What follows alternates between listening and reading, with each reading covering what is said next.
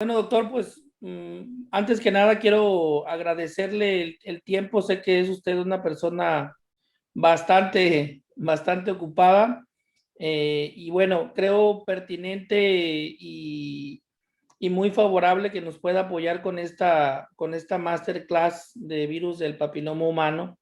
En este caso, enfocado para todos los colegas que atienden las patologías de los pies, porque hemos visto que hay pues algunas controversias en cuanto al diagnóstico diferencial de este tipo de virus, y qué mejor que un dermatólogo como usted, y hacerle saber a los colegas que van a escuchar esta plática que el doctor Vladimir García Asensio, un dermatólogo certificado ante el Consejo Mexicano de Dermatología, ante la Sociedad Mexicana de Dermatología y la Asociación Iberoamericana, creo, si no estoy equivocado, doctor, El de Colegio Colegio Iberoamericano. Iberoamericano de Dermatología, un dermatólogo ampliamente conocido en el sureste, emprendedor también, muchas clínicas ya en Paraíso, Comalcalco, ¿verdad, doctor? También está por ahí presente, Así es.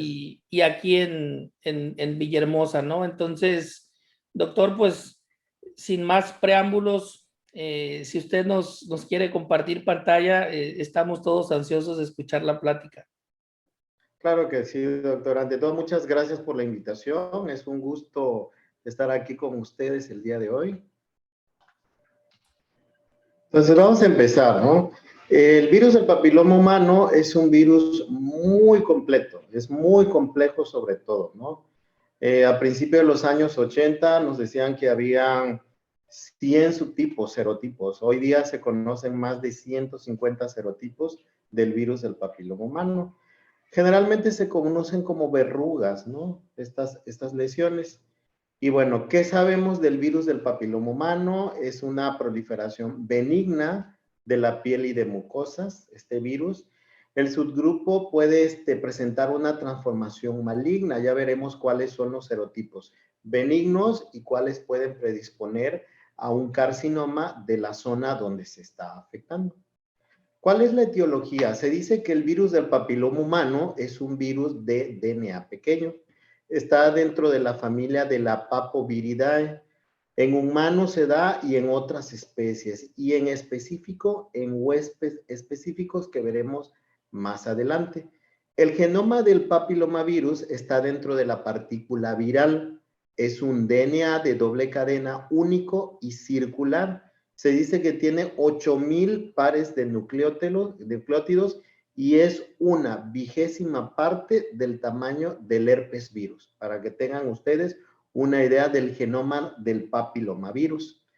Bueno, las proteínas que codifican para esto tenemos las tempranas, que son las necesarias para la replicación de DNA, y tenemos las tardías. Las tempranas no codifican para polimerasa viral o timidinquimasa. ¿Por qué es importante esto? Porque dependiendo de esto es el tratamiento, ¿no? Entonces, en su punto vamos a ver que si el tratamiento con estos inmunoreguladores, con el tratamiento con el imiquimod, con el 5-fluoracilo, que son tratamientos que se da para algunos tipos de VPH. Entonces, los tipos de VPH, como les comentaba anteriormente, se contaban más de 100 tipos o serotipos estudiados. Hoy en día encontramos la literatura, no sé, americana, europea, que nos hablan de más de 150 serotipos. La PCR nos permite determinar la secuencia, la homología de secuencia de DNA. Se consideran del mismo tipo cuando la secuencia de genes L1 son al menos el 90% idénticos. Esos estudios de PCR obviamente se hacen en laboratorios especiales, no cualquier laboratorio tiene el equipo para realizarlo, ¿no? Se clasifican los tipos de VPH de acuerdo a localización anatómica, a histopatología y a biología.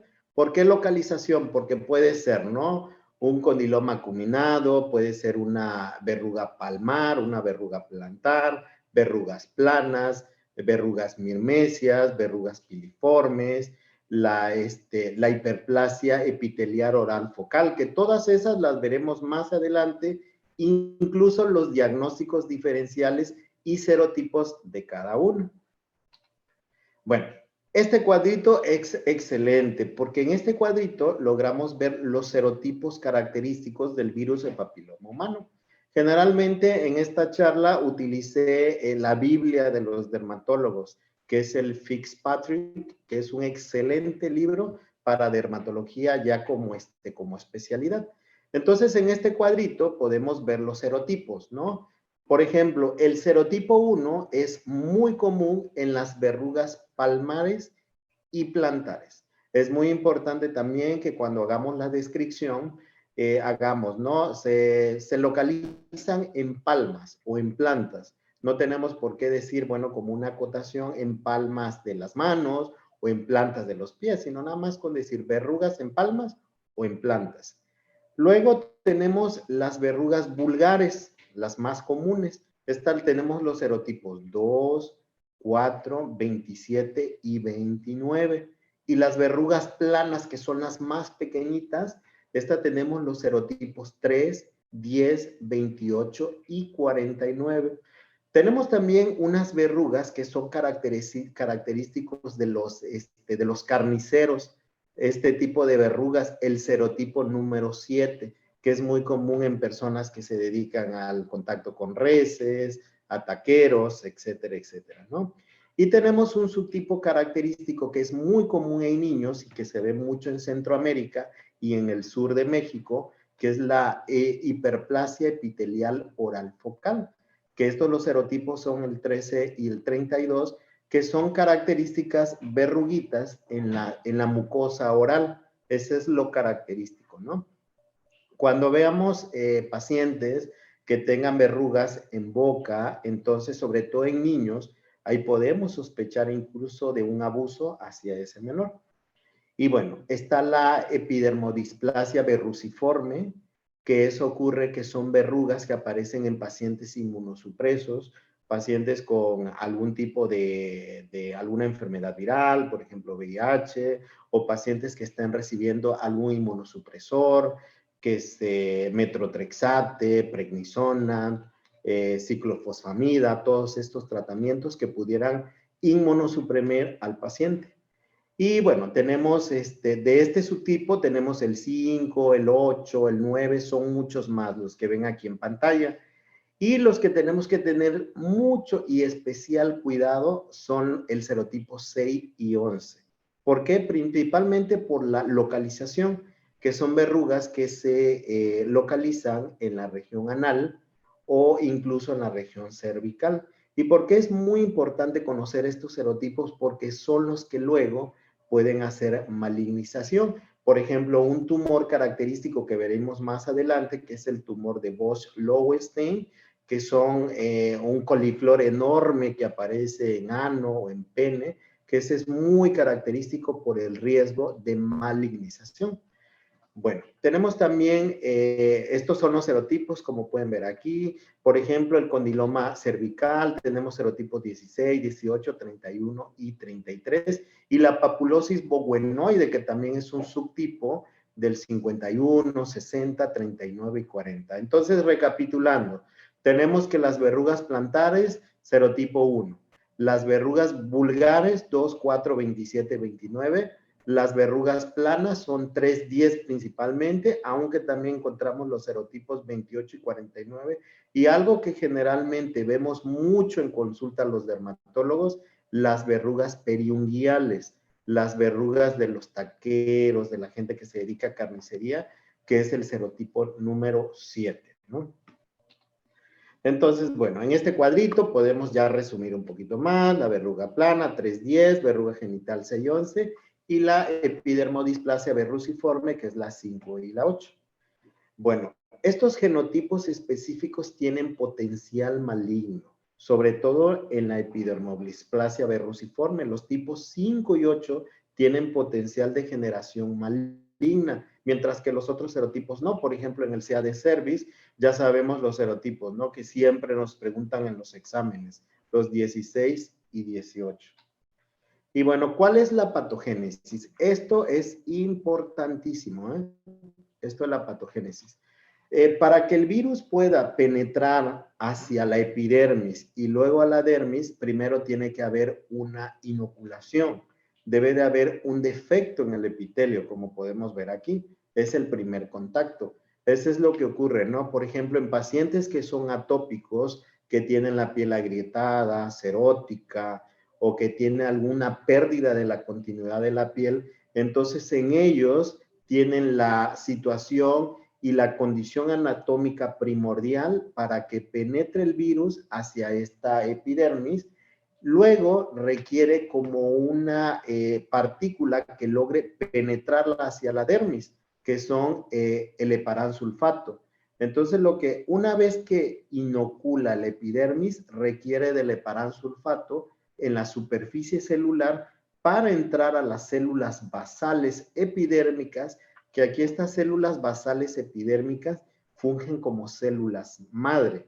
Estas células basales, recuerden que la epidermis tiene 5 capas: basal, tiene el espinoso, granulomatoso, lúcido y el córneo, el estrato córneo. Entonces, en la capa basal, que es donde está ya digamos, la transición entre la epidermis y la dermis, ahí es donde entra y es donde hay la replicación, es donde esa célula madre se divide y hay una replicación en el genoma viral.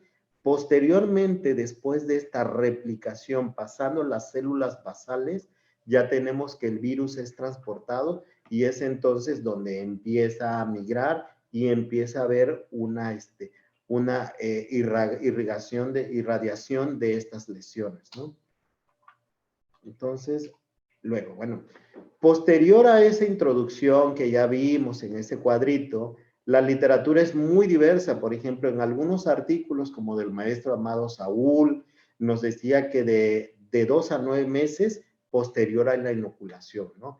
Pero en algunos libros dicen que puede pasar años, puede pasar 5 años, 10 años, en que se pueda presentar ese subtipo ya. Entonces, ¿qué presentamos? Una superficie rugosa, que son las principalmente genital y dedos, y no hay evidencia de diseminación hemática. Por eso es muy importante. Siempre nos vienen a consulta los pacientes y nos dicen, ¿no? Tengo una verruguita, pero tengo miedo de que pincharla porque con la sangre se va a diseminar. Entonces, no hay evidencia como tal que diga que hay una diseminación directa o hemática de estas verrugas. ¿Listo? Bueno, entonces se desconoce si el virus del papiloma humano persiste en el epitelio post-tratamiento, que eso también es muy importante, ¿no? Y bueno, este es algo que ya habíamos visto principalmente. Y quiero ver ahorita la epidemiología, quiero que veamos la epidemiología. ¿Cuáles son los factores predisponentes? Primero, la localización. ¿Por qué la localización? Porque en zonas donde la piel es mucho más gruesa, el tratamiento es mucho más difícil. ¿Cuáles son estas zonas? Palmas y plantas. Y justamente esta zona es donde nosotros tenemos que tener especial cuidado, porque tal vez en una verruguita plana con un queratolítico, no sé, un ácido salicílico al 15%, pudiéramos quitarlo. Pero en estas zonas tenemos que utilizar, no sé, nitrógeno líquido, electrofulguración, láser CO2 fraccionado, bleomicina y todo esto, que igual veremos en un cuadrito más adelante los tratamientos. Entonces eso tenemos, ¿no? Los factores predisponentes, la localización, la cantidad, el shading viral, la cantidad de virus infectantes, muy importante como cualquier virus, la cantidad de virus que podamos recibir, el grado y naturaleza del contacto y sobre todo el estado inmunológico del paciente.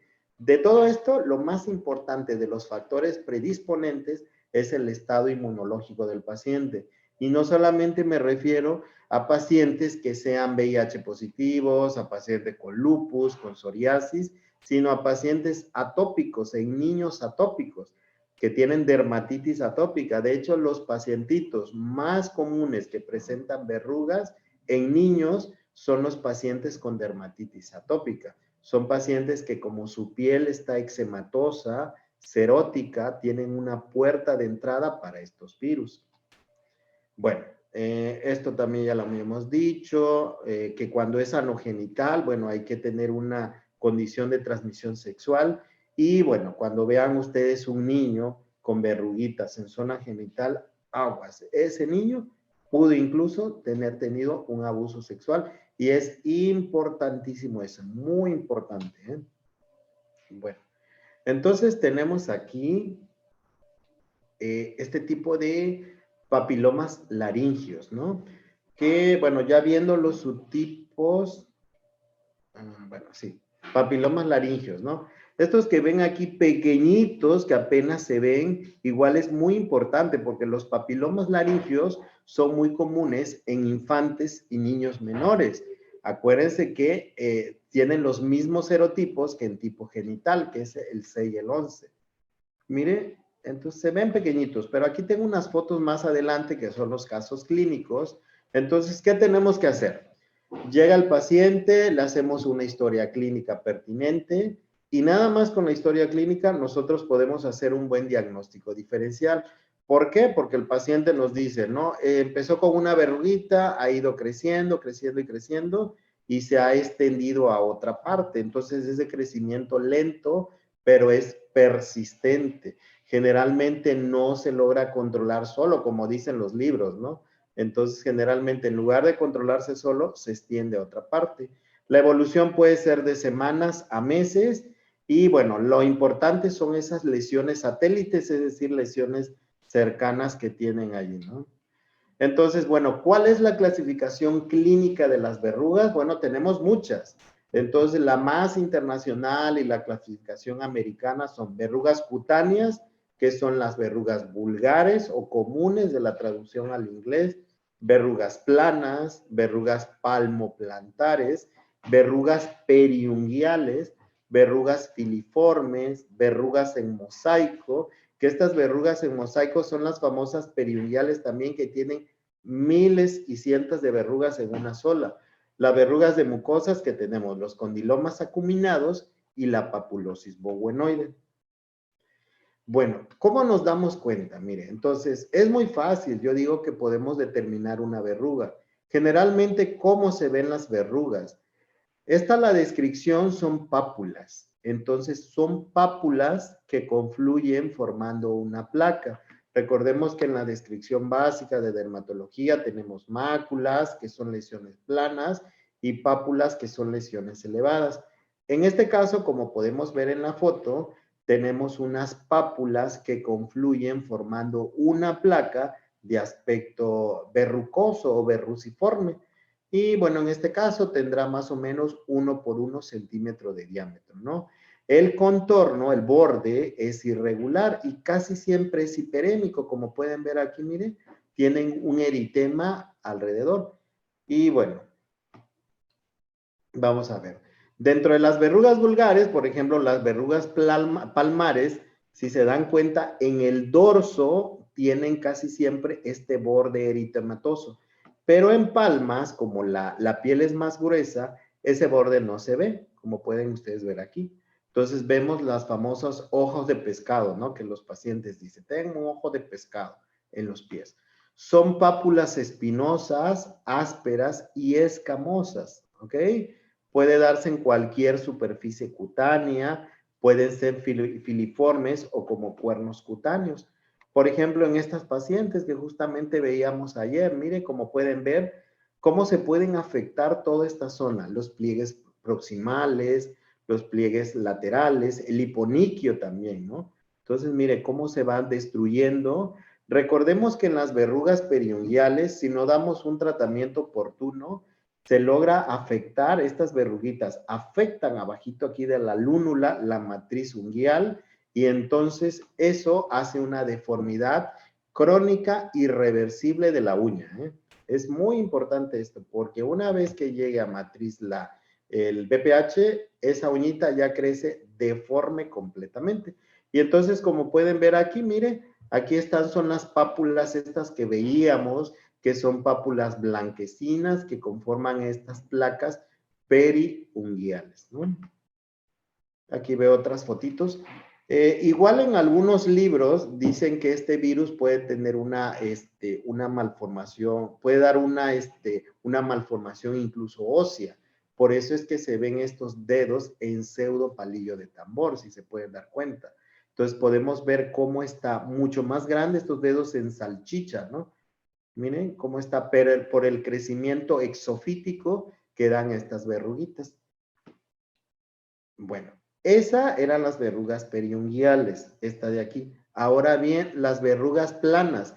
Estas son pápulas, pero si se dan cuenta son pápulas de aspecto rosado, pequeñitas, generalmente de 1 a 4 milímetros de diámetro. Y generalmente, como es de aspecto verrucoso, tienen una escama mínima. Generalmente se ven rostro, se ven manos y se ven piernas, pero generalmente el 90% de las verrugas planas es en rostro. Ahí es donde se ven más las verruguitas planas, ¿no? Bueno, aquí podemos ver un acercamiento. Esto es muy importante que ustedes sepan, ¿no? ¿Cómo nos vamos a dar cuenta que es una verruga vulgar, que es una queratosis seborreica, que es un melanoma melanótico, que es una queratosis actínica, que es otra cosa? Justamente por estos puntitos, mire. Estos son los capilares trombosados. Estos puntitos negros son los que cuando los vean, se acercan con una lupa y van a ver estos puntitos. Entonces, nada más con esto ya son verrugas, ¿eh? Porque son las únicas estructuras que tienen estos puntos negros, como pueden ver aquí, miren, puntos negros puntiformes. Y esto es la matriz de la verruga, son los capilares trombosados que se dan en los coilocitos, que son las células principales de los papilomas. Entonces, mire, que no se les olvide que estos puntos negros, los capilares trombosados, son patonocmónicos de las verrugas, ¿no?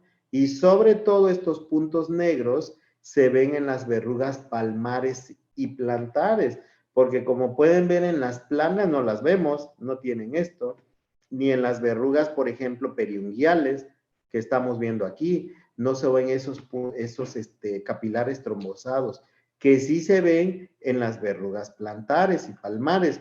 Por eso es muy importante que al hacer algún tratamiento, por ejemplo, como el nitrógeno líquido, tenemos que hacer primero un shaving, porque el nitrógeno líquido, que recordemos, llega a menos 180 grados, logramos congelar la verruga, es inversamente proporcional al grosor de la verruga. Entonces, entre menos lisos está, por ejemplo, nos llega un paciente hacia la consulta, hacemos, no sé, si determinamos hacerle nitrógeno líquido, podemos hacer 3 o 4 ciclos de 10 segundos en un intervalo de 1 minuto o 2 entre cada ciclo, y entonces hacemos primero un shaving, porque si no, tendríamos que hacer más ciclos de sesiones de crioterapia.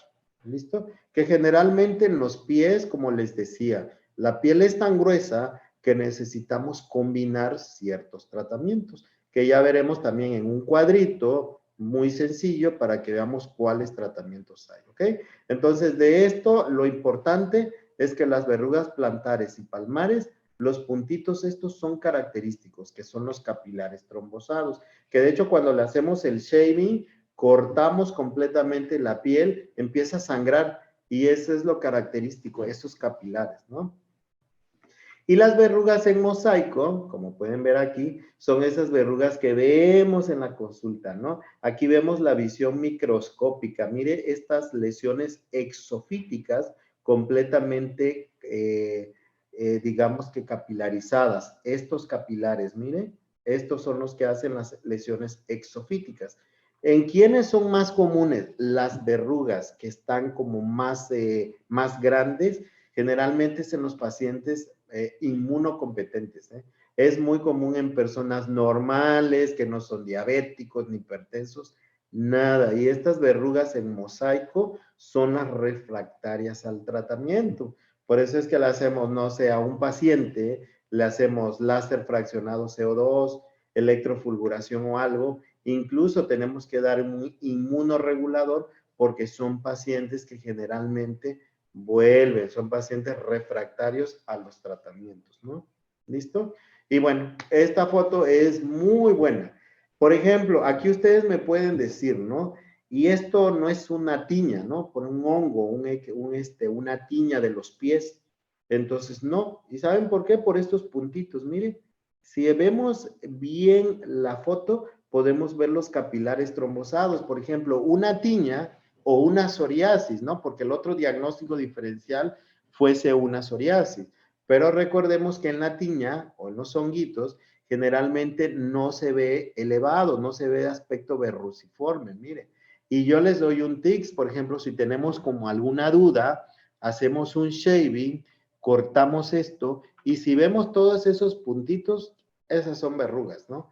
Ahora bien, si nosotros vemos que el paciente tiene manos, tienen codos, pudiera ser una psoriasis, pero aparte pudiera ser que también tuviese verrugas, ¿no? Recordemos que en la psoriasis hay signos característicos, como el signo del rocío sangrante, ¿no? Que entonces levantamos la costrita, pero ahí se ven los puntitos más grandes. Sangra la piel, pero es mayor, no como en las verrugas que solamente son capilares y el sangrado es menor. Otra de las características, bueno, pudiera ser una queratosis seborreica, ¿verdad? Pero generalmente los diagnósticos diferenciales es una psoriasis o los heliomas, ¿no? Los famosos callos que se dan en esa zona. Pero les digo, ninguno de esos va a tener los famosos capilares trombosados. Y debajo de estas zonas amelanóticas, estas zonas blancas, es donde están los capilares. Probablemente incluso este paciente, por ejemplo, pudiera tener también alguna tiña, algún honguito esté por ahí, algún tricofito, un dermatofito de estos, ¿no? Entonces ahí, por ejemplo, si tenemos la duda, podemos hacer un KOH, tomamos la costrita, un KOH al 20%, y ahí nos va a salir si son esporas o si es algo más que pudiera tener el paciente, ¿ok? Bueno, entonces vamos. Y aparte, en las verrugas plantales son dolorosas, son como clavos. Los pacientes dicen, me duelen, ¿no? Y entonces ahí es otra de las características clínicas. Generalmente la psoriasis no duele, el hongo no duele, el hongo pica mucho, ¿no? La tiña. Pero en las verrugas plantares, esas sí duelen y duelen bastante, ¿no? Bueno, estas verrugas del carnicero que yo les contaba hace rato, estas verrugas no son tanto como las periunguiales que veíamos, ¿no? En este paciente sí tiene, en los pliegues laterales, pero si se dan cuenta, en este caso ya está más en falanges medias, ¿no? Entonces, aquí están, mire, están más acá. Y el serotipo es el virus del papiloma 7, que esto es algo muy común también en los virus, en los carniceros, ¿no? Y miren, podemos ver ahí otra vez una fotito del libro, del Fitzpatrick, que nos señala, ¿no? Cómo está afectado, lo que es pliegue lateral, pliegue proximal, pliegue distal, el hiponiquio. Y bueno, algo también que se me pasaba decirle que esta zona de la uña, como hay una abulsión, como hay un efecto de masa debajo de la uña, entonces hay una onicolisis. Recordemos que la onicolisis es un despegamiento de la parte distal de la uña, esto que vemos aquí, ¿ok? Acuérdense que hay onicolisis, onicomadesis, hay ciertas otras enfermedades, ¿no? Y bueno, de lo otro, para ver también los otros tipos de verrugas, bueno, tenemos los condilomas acuminados, como en este paciente, ¿no? Entonces aquí, mire, generalmente hacen en racimos, mire. Aquí, por ejemplo, el tratamiento tiene que ser quirúrgico, en este caso, una circuncisión, ¿eh? Mire, aquí está. Bueno, tenemos una variedad rara también que son las papulosis bovenoides, ¿no? Estas papulosis bovenoides generalmente se da por virus del papiloma número 16. Y bueno, esto asemeja ser un carcinoma espinocelular in situ. Cuando vean ustedes este tipo de lesiones blanquecinas que afecta prácticamente toda la zona peneana, el glande, toda esta zona, la coronilla, entonces, allí sí le tenemos que tomar una biopsia al paciente, porque en este caso, está haciendo algo que se llama balanitis obliterante, balanitis obliterans, que es esta que vemos aquí. Entonces, aquí si tomamos una biopsia, mandamos a estudiar, y si vemos si hay coilocitos, entonces, bueno, papilomas, ¿no? pero también tenemos que hacer una serotipificación para ver qué tipo es el más afectado, porque recordemos que en la papulosis powenoide es el serotipo 16, y acuérdense que estas son las que dan transición a malignidad, ¿ok? Bueno, hay otro subtipo que también hay que tener mucho cuidado, porque hay uno que se llama epidermodisplasia verruciforme, las que yo le había comentado hace rato. Esto es algo más común en los niños, mire. Esta sí tenemos que tener mucho cuidado con hacer el diagnóstico diferencial, porque aquí lo podemos confundir incluso con una pitiriasis rubra, con una psoriasis, con un linfoma cutáneo de células T, pero lo característico en estos es que generalmente no tiene afectada las lesiones periunguiales en esta zona, solamente de esta zona, en el dorso y en el brazo, pero en esta zona es muy poco afectada, es decir, en las regiones periunguiales. Pero en la epidermodisplasia verruciforme asemejan incluso una pitiriasis versicolor, que recordemos que es una infección que se da por malacesia, pitiriosporum, en palmas, puede ser, perdón, en manos, en espalda, en pecho, y bueno, eso es por sudor y otras cosas, ¿no? Pero la epidermodisplasia verruciforme, aguas, porque puede ser incluso una apariencia de verrugas planas, y bueno, aquí lo característico son estas pápulas escamosas o color marrón, ¿sí? Bueno, entonces, y hay una, hace rato que les decía, las verrugas orales. Las verrugas orales son muy características, ¿no? Porque pueden ver ustedes que tienen lesiones satélites. O sea, tenemos aquí en esta zona de la mucosa, pero también tenemos afuera. Y hay otra enfermedad que era la hiperplasia focal dérmica, que solamente afecta principalmente la mucosa. Y las verrugas orales, como están aquí, mire, hay afección extracutánea, ¿ok? Bueno, este era lo que veíamos hace rato de la papilosis laringea, que podemos ver ahí, que generalmente a veces los pacientes dicen, tengo ardor, como que estoy ronco, o tienen disfonía y estridor, ¿no? Y es muy común en infantes y en niños pequeñitos menores de 5 años. Y las lesiones cervicales, que ya ustedes ya conocen, que hay que hacer la prueba con ácido acético al 5% y todo esto, ¿no? Bueno, la histopatología. Entonces, ¿qué vemos en la histopatología? Vemos los coilocitos en la tinción de Papa Nicolau que hacemos. Y aquí, ¿qué es lo característico que vemos? Los capilares dérmicos prominentes son estos, mire, estas zonas de papilomatosis. Esto que se ven así como rueditas son capilares trombosados, todos estos, miren. Y aquí se ven los coilocitos así como alejados. Todo es epidermis y esto de acá es dermis, ¿eh? Y bueno, esto es más o menos para que ustedes sepan, las verrugas planas hay menos acantosis e hiperkeratosis, y en las verrugas anogenitales hay más acantosis leve y parakeratosis, ¿no? Y bueno, ya no se diga la epidermodisplasia, porque ahí sí hay células caras grandes en granulosa, en la capa granulosa y espinosa. Bueno, el diagnóstico, bueno, lo más importante es nuestra clínica, ¿verdad? Sí, a mí no me ha tocado ver pacientes que, bueno, le mandan a hacer muchos estudios y realmente el diagnóstico de las verrugas es clínico. Entonces tenemos que hacer una memoria fotográfica. Por eso les enseñé esas fotitos de los puntos claves de los capilares trombosados, ¿no?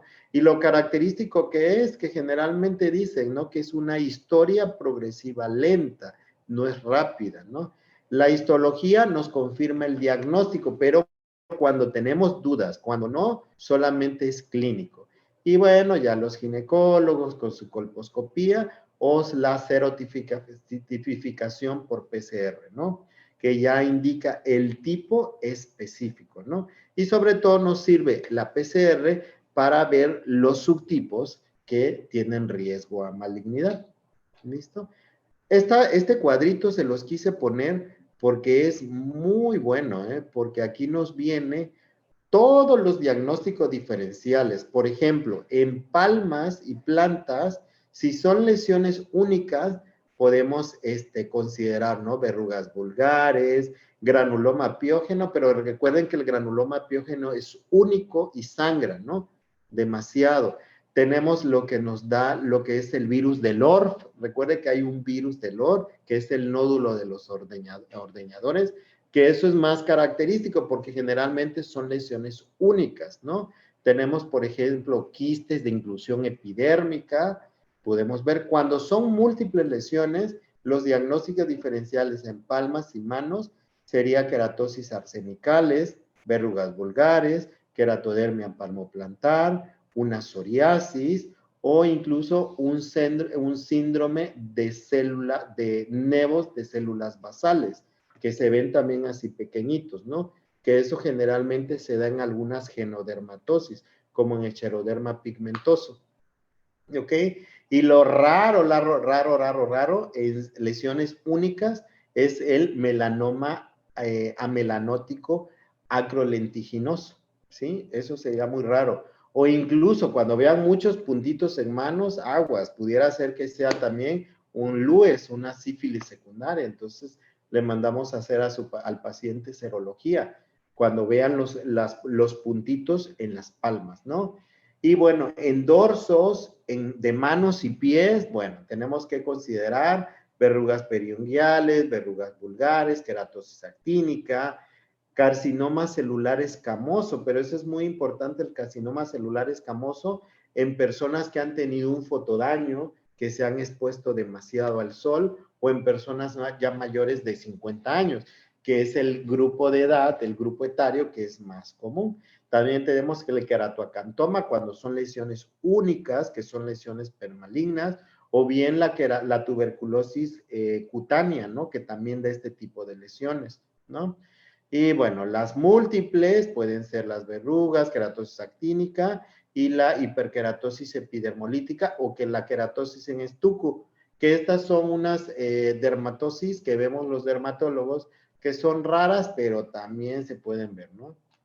Y bueno, ahora vamos a ver con los diagnósticos diferenciales. Bueno, en cara puede ser una dermatitis perional, un adenoma sebáceos, siringomas, pero los siringomas son planos y son más, ¿cómo le diré? Más blanditos, no son tan indurados como las verrugas planas. Los tricoepiteliomas, que los tricoepiteliomas, eso sí, a veces como que nos da como más batalla, ¿no? Porque vienen sobre todo en niños y tienen muchas pequeñas verruguitas, pequeñitas pápulas en el dorso de la nariz y ahí sí pudiera ser un diagnóstico diferencial, ¿no? Y bueno, las otras que les decía, por ejemplo, la pitiriasis versicolor, la queratosis seborreica y todas estas, ¿no? Bueno, aquí tenemos más diagnósticos diferenciales, tenemos el condiloma acuminado, papulosis bobonoide, incluso en el cuello, ¿no? No sé si les ha tocado que, bueno, cuando ustedes atienden pacientes y tienden a considerar los fibromas en cuello, los acrocordones, los pacientes le dicen verrugas, ¿no? Los skin tags, pero generalmente no son verrugas porque no están dados por virus del papiloma humano. Los pacientes que llegan con sus fibromitas en el cuello. Eso se ocurre por obesidad, por factores genéticos, raciales o por enfermedades metabólicas como resistencia a insulina, diabetes, hipertensión, todo esto, ¿no? ¿Listo? Bueno, esto es igual lo que veíamos de los condilomas acuminados, cómo se ven, cómo estas células en racimos.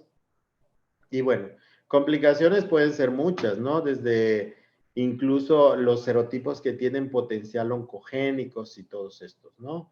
Y bueno, el tumor de Bose-Lowenstein. Este tumor sí hay que tener también cuidado, que generalmente son muy grandes, ¿no? Y generalmente son de BPH de bajo riesgo, CIA-11. Este tipo de lesiones, mire, por ejemplo, son pacientes que dejan pasar mucho tiempo estas lesiones y van haciendo este tipo en este caso ya son neoformaciones exofíticas, mire, así, muy grandotas, ¿eh? Y aquí, mire, estas son muy grandotas, estas hay que removerlas. Pero en este paciente, aparte, tenía un carcinoma vasocelular. Esto es un carcinoma vasocelular. Entonces lo biopsiamos, lo mandamos a estudiar y todo. Y resulta que esto era su tumor de Bose-Lowenstein y esto era un carcinoma vasocelular. Entonces puede coexistir las dos cosas, ¿no? Bueno, dentro de los tratamientos, bueno, lo importante, ¿no? Hay que manejar al paciente también su grado de incomodidad física y emocional, ¿no? Porque generalmente llegan los pacientes con las verrugas y bueno, son pacientes que ya llegan muy estresados, que bueno, incluso no pueden ni tomar la mano a nadie porque como es altamente contagioso, les da, como decimos en esta parte del país, le da como pena, ¿no? Y bueno, tiene que ver también el tratamiento, digamos, el tratamiento que vamos a hacer, el número y el estado inmunológico del paciente, ¿no?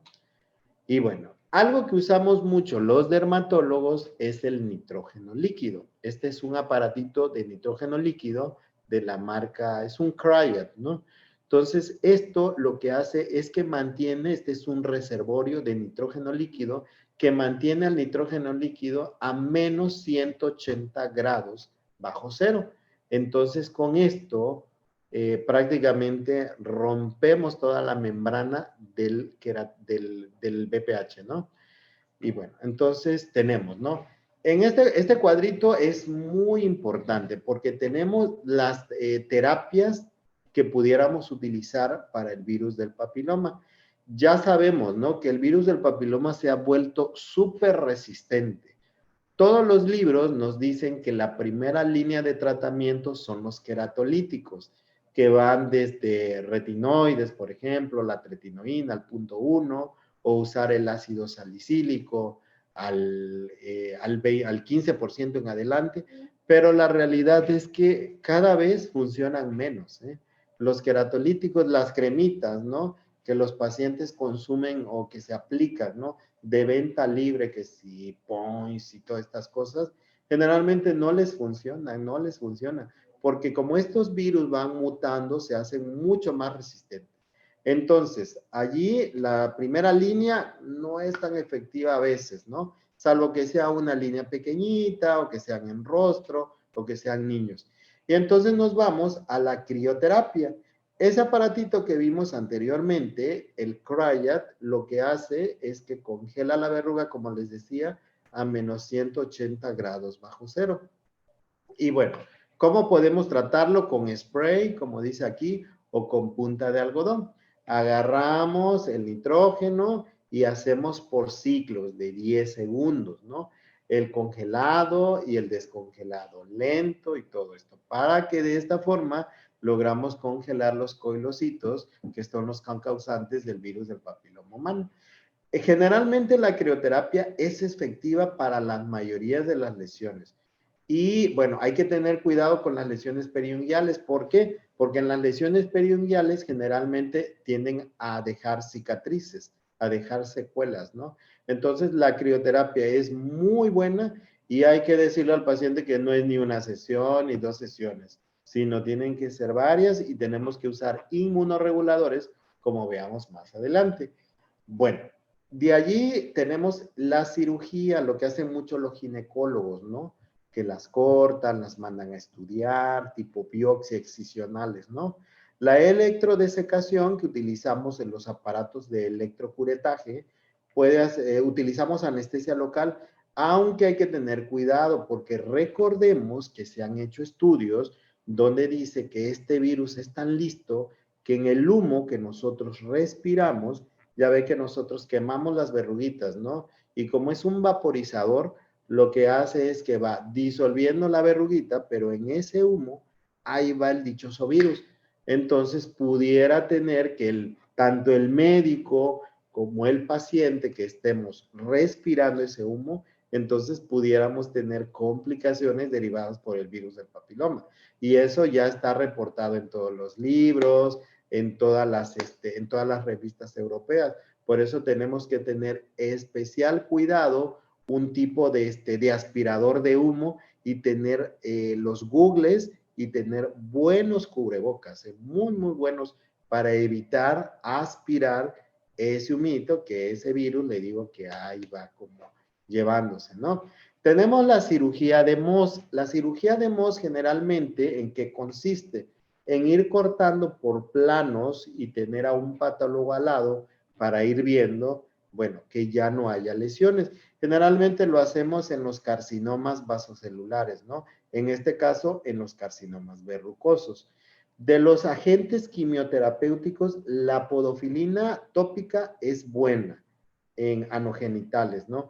Pero no la podemos usar en el embarazo. El 5-fluoracilo lo podemos usar. Recordemos que hay diversos nombres comerciales. Yo les sugiero que lo usemos, no sé, lunes, miércoles y viernes por 2 semanas y luego ya lo utilicemos diario para ir sensibilizando la piel, porque generalmente este tipo de lesiones irritan la zona, la desprenden, la irritan y pueden causar un problema de impetigenización porque la piel se va rompiendo. Y la bleomicina intralesional, que esta es una sustancia que usamos solamente en verrugas únicas recalcitrantes. Es inyectado, ¿no? Con agujitas pequeñas, pero tenemos que tener especial cuidado con necrosis tisular. De hecho, esto casi no lo usamos. Lo que más usamos es quemarlo con el nitrógeno líquido. Recuerde que cuando vamos a hacer el nitrógeno, como les decía anteriormente, tenemos que hacer un rasurado, un shaving. De esa manera, el nitrógeno logra penetrar y reducimos el número de sesiones que le vamos a hacer al paciente. De esto, lo más usado es la crioterapia, la electrodesecación con un electrobisturí y los agentes quimioterapéuticos como el 5-fluoracilo y todo esto. Nada más que estos agentes generalmente son muy caros y bueno, el paciente a veces no, bueno, son cremitas que valen 2,000 pesos y todo esto y traen muy poquito, 1 gramo, 2 gramos, muy poquito traen, ¿no? Aquí en la clínica donde yo estoy, pues hacemos otro tipo de tecnología también, ¿no? Por ejemplo, el láser fraccionado CO2, que actúa como la electrodesecación, pero logramos producir menos humo y es más efectivo, logramos llegar a dermis, ¿no? Y bueno, de las inmunoterapias, es decir, aumentar esas defensas del paciente, tenemos el levamisol, la cimetirina, interferón o el imiquimod. De hecho, cuando nosotros aplicamos las famosas cremitas, Aldara y todo esto, lo que hacemos es que estamos produciendo interleucinas y factores de necrosis tumoral en esta zona para lograr erradicar localmente el virus. Así es como actúan estas inmunoterapias locales, ¿ok? Bueno, y entonces dentro de tratamiento podemos encontrar muchísimos tópicos, aparecen en los libros hipnosis y todo esto. El levamisol. El levamisol es un tratamiento que se llama, bueno, aquí en México se llama Decaris, es muy bueno. Lo usamos en combinación con crioterapia y le va al paciente muy bien. El levamisol, bueno, esto así queda después de la crioterapia, ¿eh? Después de la crioterapia, aquí vemos los capilares trombosados. ¿Cuál es la técnica? Esta zona tenemos que respetar los márgenes, o sea, damos el tratamiento a 1 centímetro de la verruga, a 1 centímetro, y tenemos que abarcar completamente la verruguita, como vemos aquí. No dejar márgenes muy grandes porque recordemos que así aquí se hace una ampolla y bueno, luego la ampolla se hace tan grande que se puede infectar. Es muy importante después dejar un tratamiento con un antibiótico tópico, algún secante, algo ahí para que les funcione de maravilla. Talcos de clorexidina también podemos usar, ¿no? El levamisal, el que le decía, ¿no? Este es buenísimo porque intensifica la función de los linfocitos T, estimula la acción de los macrófagos y polimorfonucleares. Son propiedades inmunoreguladoras, inmunoestimulantes. Y la dosis es un esquema de 5 miligramos por kilogramo por 3 días, cada 2 semanas. Y esto lo repetimos. Aquí dice 5 meses, pero realmente con 3 ciclos le va muy bien. Y lo podemos encontrar aquí en México en las farmacias con el nombre de Decaris. Viene solamente líquido. Y este es buenísimo. Créanme que si lo usan, les va muy bien con algún tratamiento tópico, ¿eh? ¿Listo? Bueno, muy bien. Y la prevención, bueno, por ejemplo, en las ETS, ¿no? la burla que hacen, ¿no? Pero si el chico era muy limpio y tenía muy buena pinta, ok, pero no sabemos, ¿no? Como el VIH y todo esto, ¿no? Y bueno, pues tenemos ahí algunas prevenciones, pues no hay unas medidas de prevención específicas. Desafortunadamente, muchos de los pacientes que vienen, generalmente, como son pacientes atópicos, bueno, generalmente vuelven otra vez con el virus a veces, ¿no? A los 2 años, a los 4 años, etcétera. Por eso es muy importante no solo tratarlos en el momento, sino dejar inmunorreguladores para mantener a estos pacientes con su sistema inmune acto y logren erradicar el virus. Recordemos que una gran cantidad de los pacientes no presentan manifestaciones en la piel, o sea, solamente son manifestaciones, son pacientes subclínicos, no presentan ningún dato de clínica en la piel. ¿Ok? Bueno, muy bien. ¿Preguntas? ¿Alguna pregunta o algo? Doctor, tengo yo algunas dudas que algunos compañeros me han hecho llegar.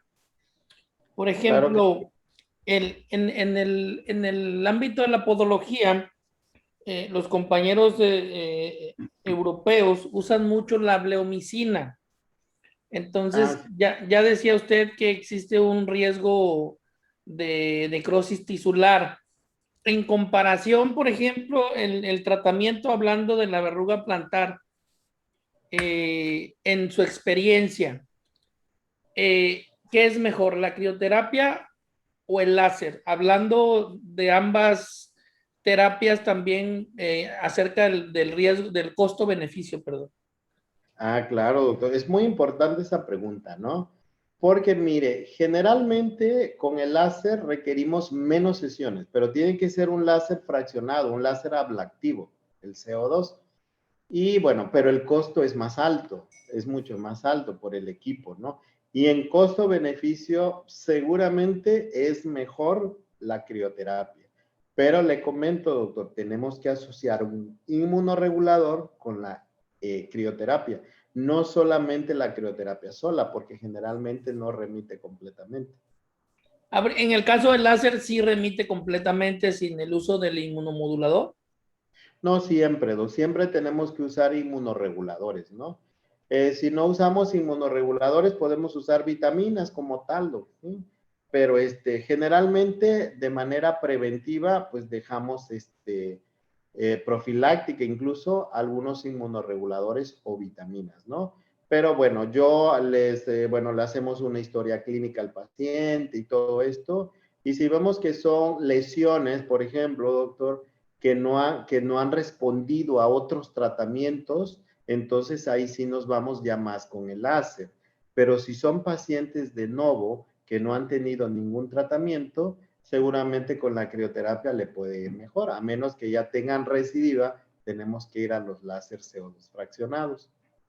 Claro. Ahora, es súper importante también que los colegas sepan acerca de la importancia de un buen evacuador de humo, ¿no? Que tenga filtros EPA adecuados, porque de pronto me ha tocado ver compañeros o nos ha tocado ver en algunos consultorios estos aspiradores de humo que se utilizan que utilizan los radiotécnicos o gente que hace reparaciones de equipos de celular, pero pues Ujú. no sé, no son tan efectivos, ¿no? No, para nada, doc, porque no logran absorber completamente todo. Generalmente las máquinas, no sé, de los láser o incluso de estos equipos nuevos de electrofulguración, ya nos traen, incluso nos sugieren conseguir con ellos mismos los evacuadores de humo. Generalmente en Estados Unidos hay muy buenas marcas, muy, muy buenas marcas, ¿eh? Que logramos conseguirlo. Sobre todo para seguridad, no solamente del paciente, ¿no? Sino de uno como médico, ¿no? Sí, esto entraría dentro de un riesgo laboral, ¿no? Es un riesgo laboral. Por eso, a medida de lo posible, yo siempre les digo a los colegas, mejor lo tratemos con otra cosa, ¿no? Por ejemplo, el nitrógeno, que es muy económico, o incluso le digo con la terapia a veces tópica también, o los inmunorreguladores, ¿no? De hecho, ahorita estamos haciendo un estudio médico en el Hospital Rovirosa usando solamente inmunorreguladores.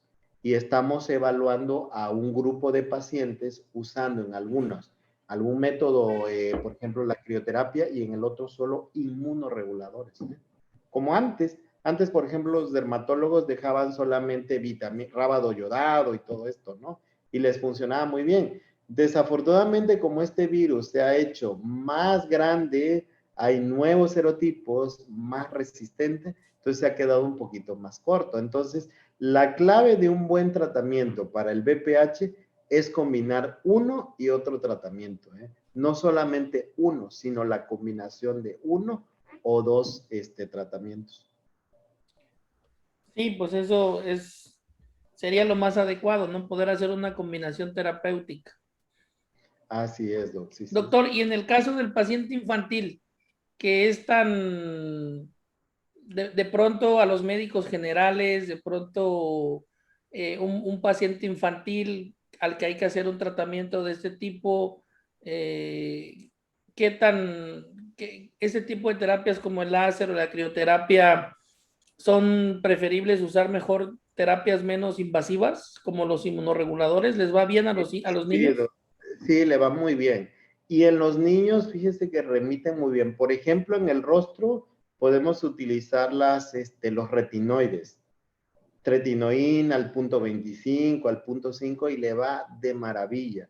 Y en el cuerpo, bueno, ahí, bueno, afortunadamente los dermatólogos en nuestra formación hacemos las famosas fórmulas magistrales, ¿no?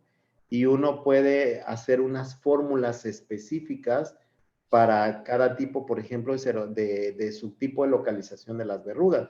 Por ejemplo, a mí lo que me va muy bien es utilizar el ácido láctico con el ácido salicílico y el hidróxido de potasio, que es una bomba para la piel, pero es bien efectiva porque le decimos a la mamá, señora, aplíqueselo en la noche con un cotonete y listo, ya se evita uno ya la lloradera del niño, que no deja trabajar a uno, que se mueve y todo esto, ¿no?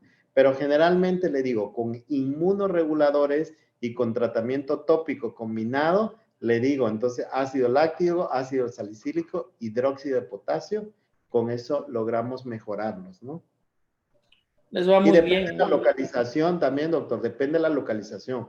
Por ejemplo, las verrugas planas le va muy bien con eso que le digo, pero las verrugas palmares y periunguiales, ahí sí tenemos que combinar y casi siempre, aunque sean niños, tenemos que hacer nitrógeno o láser, alguno de estos.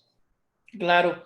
En el caso, doctor, de la verruga periunguial, cuando ya se ve afectada la matriz, hay que retirar toda la lámina unguial para poder hacer el tratamiento, poder hacer una matricectomía parcial o total.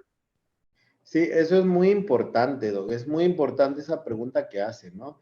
Porque cuando tenemos la lámina, hacemos un tratamiento a ciegas, ¿no? Un tratamiento a ciegas. Hay un signo, me imagino que ya lo habían escuchado, el famoso signo del chicle, ¿no? Que nosotros damos los piquetitos y si vemos que el electrocuretaje, por ejemplo, sigue haciendo eso característico, que es ese signo del chicle, significa que todavía hay verruga.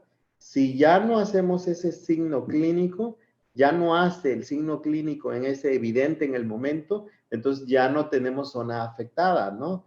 Pero bueno, quitamos la uña solamente si está afectada completamente la uña, ¿no?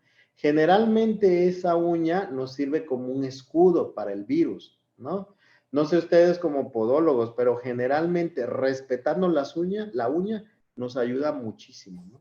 Sí, la idea es evitar lo que se hacía antes, ¿no? Que todavía en muchos lugares o municipios todavía nos llegan pacientes en los cuales, que ya no se debe de usar, ¿no? Pero retiran toda la lámina unguial.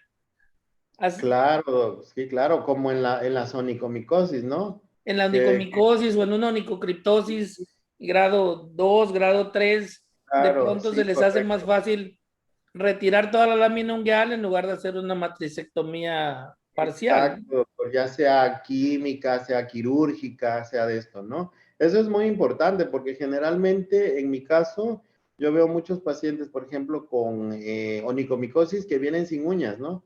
Y me dicen, es que ya me la quitaron y le vuelve a crecer, ya me la quitaron, ¿no? O en la onicocriptosis, justamente con eso, se la vuelven a quitar, le cortan nada más una parte y vuelve a crecer. Obviamente hay que hacerle al paciente, hay que decirle que es una cirugía que hay que hacerle, el tiempo de recuperación, cómo hay que hacerlo y todo esto, ¿no?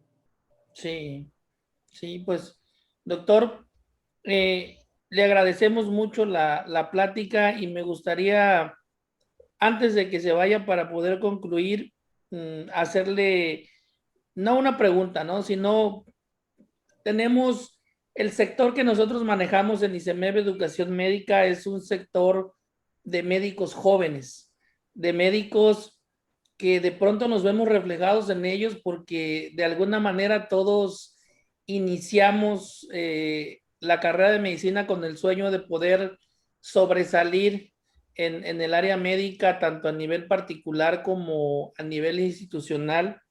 En el caso de usted, yo siempre lo pongo como un ejemplo de no solamente de capacitarse constantemente en el área de su especialidad, sino también en el sentido de lo importante que es el emprendimiento.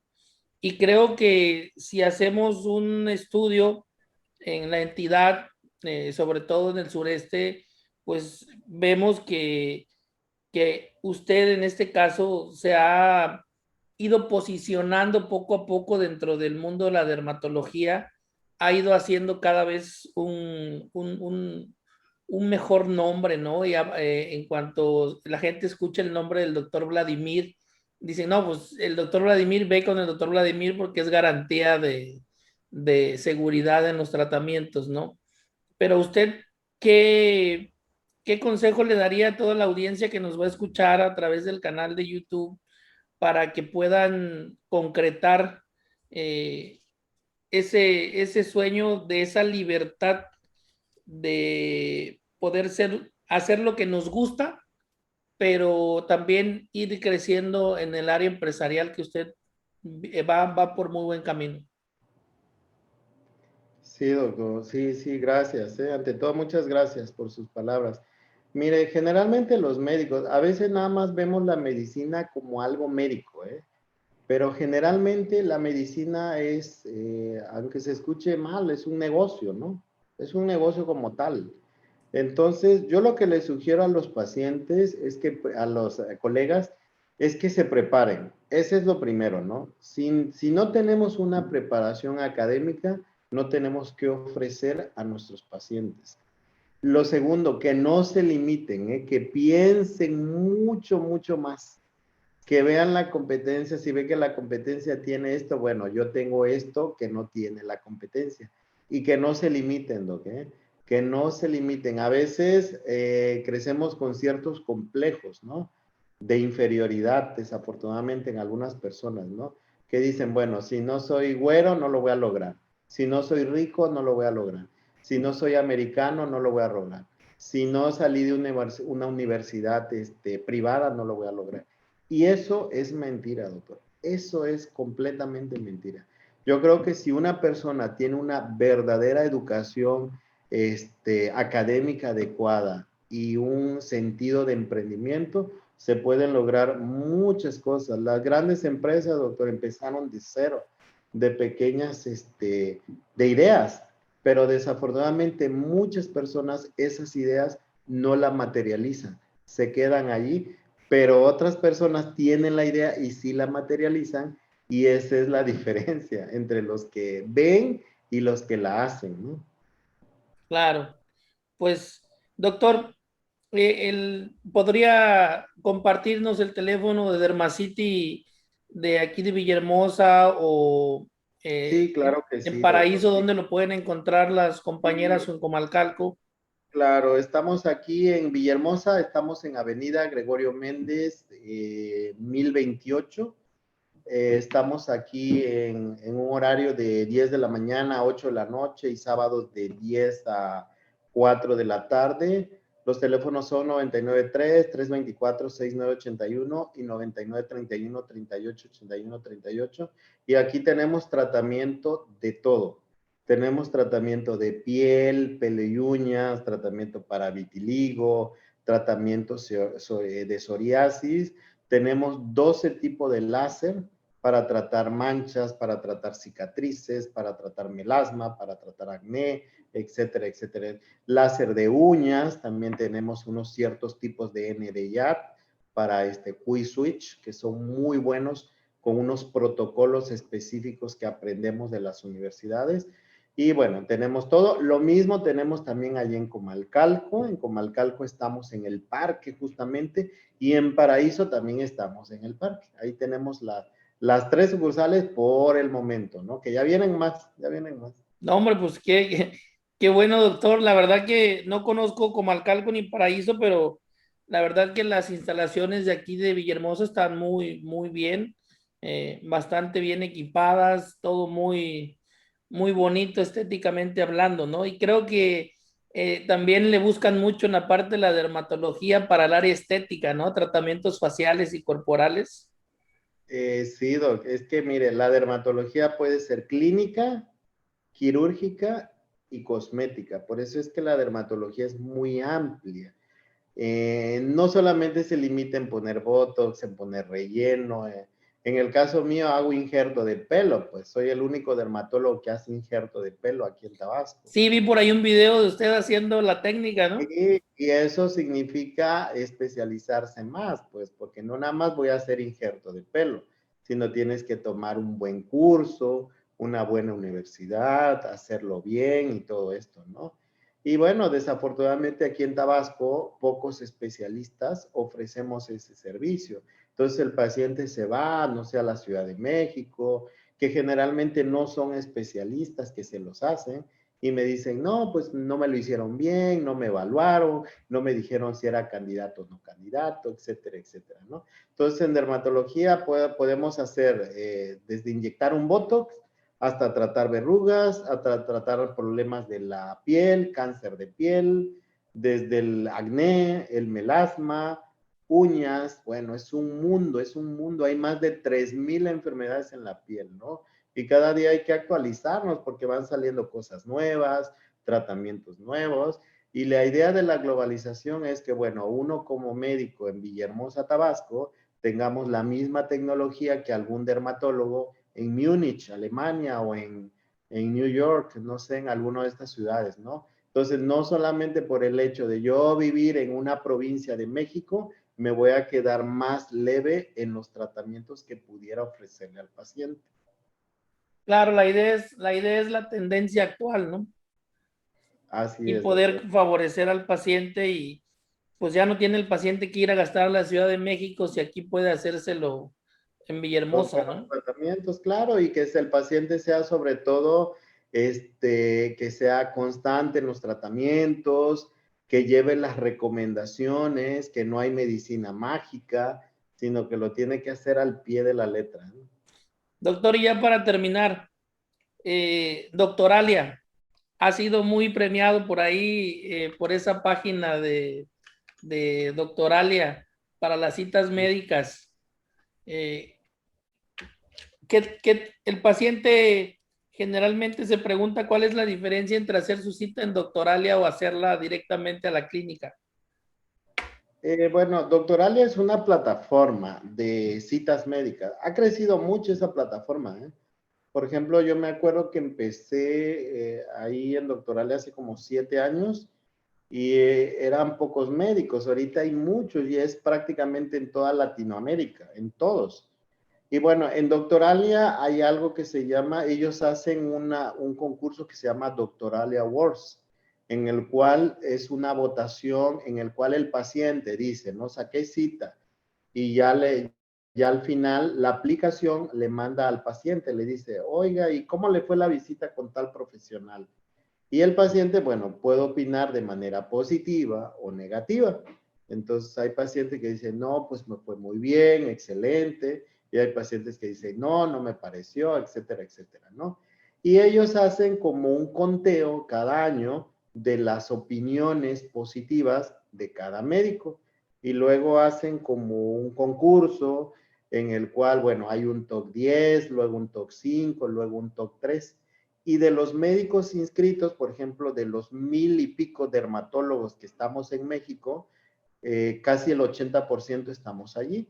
Entonces, luego de eso, de que ya hubo una votación de los pacientes, hay una terna y entonces todos los compañeros dermatólogos en nuestro caso votan y dicen, no, bueno, yo voto por tal doctor, etcétera, etcétera. Y eso es lo que cuentan para los Doctorale Awards, el voto del paciente y el voto del colega. Y es muy importante, a mí me parece muy buena página, tienen unos sistemas para agendar pacientes muy buenos, hacen recordatorios del paciente y sobre todo que está uno en comunicación constante con otros colegas de otros estados, ¿no? Claro. Y pues usted fue el ganador, ¿no? Ahora en el año pasado o en este año. Sí, fíjese que del año ya he sido, fíjese que he ganado tercer lugar, segundo lugar, primer lugar, y gracias a Dios, sí, fíjese, mis maestros, me apoyan y pues dicen, ¿sabe qué? Vamos a votar por él, ¿no? Y los pacientes, ¿no? Porque usted sabe que, bueno, a veces aunque uno le dé buena atención al paciente, a veces el paciente busca remedios mágicos, ¿no? O piensan que le van a curar una psoriasis, o piensan que le van a curar un vitiligo, ¿no? Cuando son enfermedades solo controlables.